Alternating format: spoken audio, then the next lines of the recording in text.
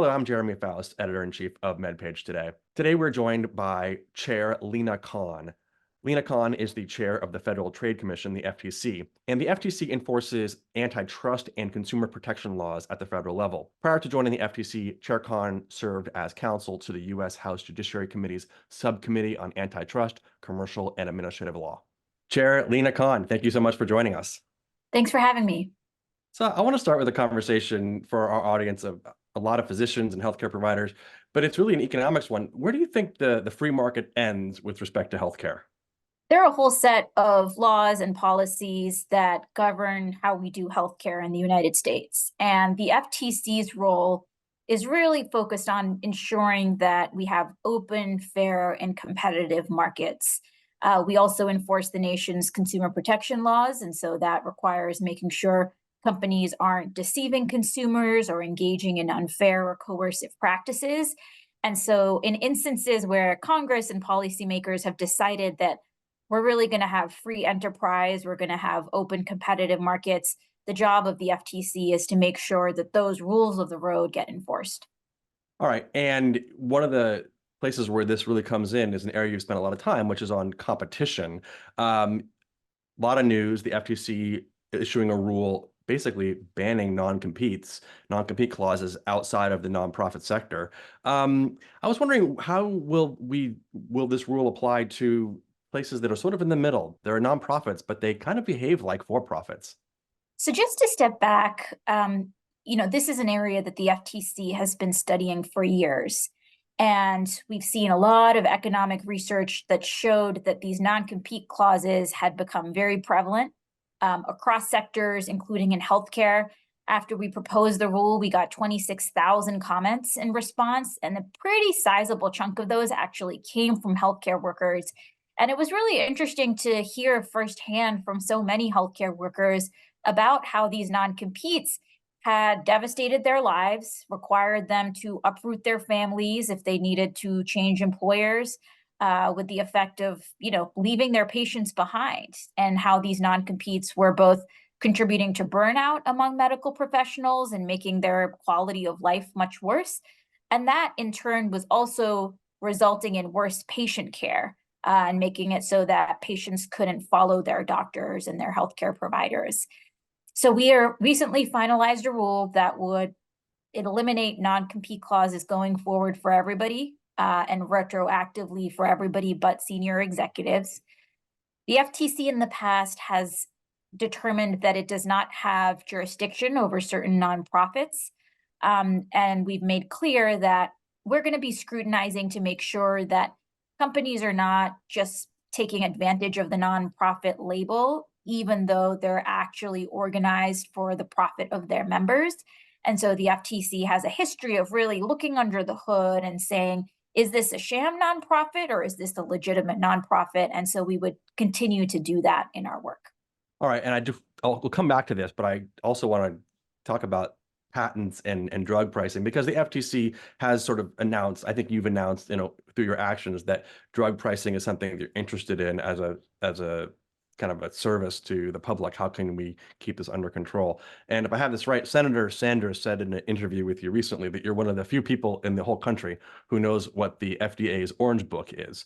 And now there are people even in this audience who don't know what the Orange Book is. So please tell us a little bit of what it is and how you see its use, how you can leverage that to actually lower a drug price. So the FDA's Orange Book is this repository where companies are able to list certain patents for certain underlying kind of medical active ingredients, or kind of the core parts of drugs. When you successfully list a patent in the Orange Book, it results in an automatic 30-month stay of any competitors that are looking to compete. And so being able to successfully list a patent in the Orange Book can basically allow you to shut out competitors. In practice, the FTC has found that companies are listing in the Orange Book patents that really shouldn't be eligible. So we have found, for example, companies listing the cap of inhalers or certain components of devices which is really different from the underlying medical ingredient or drug ingredient. And so we've been challenging these patent listings and making clear that you can't get away with engaging in, Orange Book fraud effectively, where you're listing in there patents that really shouldn't be eligible. So we did one round of letters challenging these patent listings a few months ago. In response to that, a whole set of companies dropped their listings. We had especially focused on the manufacturers of asthma inhalers and COPD inhalers because inhalers have been around for decades, but Americans still routinely pay hundreds of dollars for inhalers, even though in other countries people pay as little as $20. And so we thought something doesn't look right here. Let's take a closer look.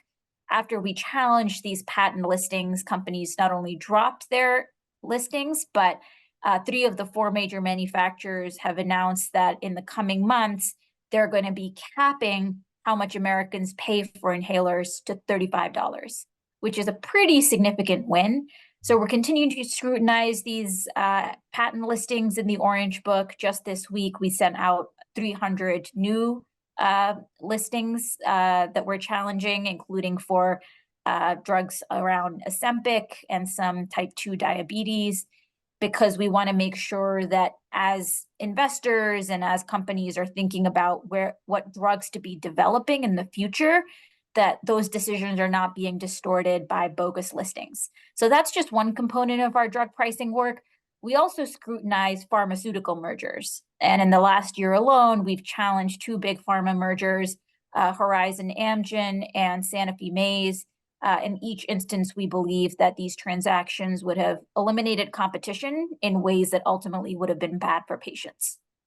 So with respect to these listings, which some people call junk patents, it makes total sense when you're looking at something like some part of some device that really isn't really part of this, but could, as you say, could stifle competition, could stifle access to these important compounds, these important drugs. What's the FTC's quarrel on the Ozempic question, for example, with Novo Nordisk being one of the listings that you recently added? So it's one of the listings we've added, in part because we realized this could be a pretty significant drug for Americans, and we want to make sure that, a core premise of our patent system is that inventors have the reward of patent protection for a certain number of years, but once those patent protections expire, that competitors should be able to get into the market. And so ensuring that companies are not illegitimately or illegally extending those patent protections or illegitimately listing them in the Orange Book to shut competitors out, that's really needs to be a core goal so that the fundamental promise at the heart of our drug system, which is, okay, you get certain years of patent protection, but once those protections expire, competitors should be able to come into the market. We need to make sure that that's actually happening here. We also need to make sure that the Orange Book's protections are not being abused and misused for certain components that are not supposed to be eligible for those types of protections. All right, but with the semaglutide, these glucagon receptor agonists that Wegovy, Ozempic, Mounjaro, there is healthy competition. So what's the problem here? I mean, this, as you say, it's an overpriced drug. I agree the price needs to come down. I applaud efforts to get that price down so that the cost curve and the benefit is there. But on this one, there is competition. What's the quarrel? So the issue is trying to identify the specific aspects where we think there are patents listed for components that shouldn't be eligible.